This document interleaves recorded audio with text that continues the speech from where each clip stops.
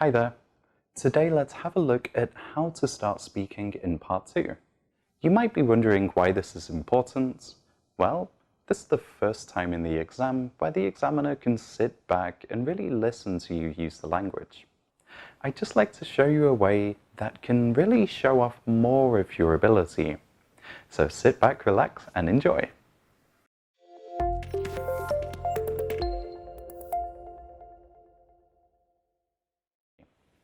If you are like many candidates or many of my students, you probably start part 2 in the exact same way. Many people will just say, today I'm going to talk about blah blah blah, or I'd like to talk about blah blah blah. I've even heard people say this many times too. Ooh, this topic reminds me of blah blah blah. Even though there's nothing wrong with saying those things, I can show you a much better way to really show off and open up to the examiner about what you're going to talk about in part 2. It's very simple. There are 3 steps. The first step, you're just going to say that there are many things you could talk about. The second step, you're going to contrast and use a conditional clause. Sounds complicated, I know, stay with me. And third, an example. So, step 1 and how to do it. Let's say, for example, you need to describe a photograph of yourself that you like. You might say, for example, I have a few photos of me that I really love. By saying that there are a few, you're mentioning multiple things.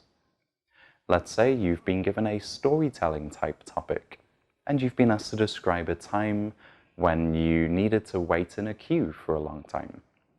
You might say, gosh, I've needed to wait in line so many times before. Let's say a book you read which was useful. I've read a few books that I found quite helpful. See how every time I'm just trying to say there are multiple things that I could talk about. Step 2, we're going to contrast and use a conditional. So this goes like this. But if I need to talk about one today, it will have to be. This may sound difficult at first, but actually it's quite simple. You would just say but or however. If I need to talk about one today, it will have to be. You can say it'll or it'd. Both are fine. It will, it would. It'll, it'd. Don't forget have to be. It's a kind of grammar known as hedging. So, altogether so far, I have a few photos of me that I love, but if I need to talk about one today, it'll have to be. Step 3, your example. This is where you just directly say to the examiner what you're going to talk about.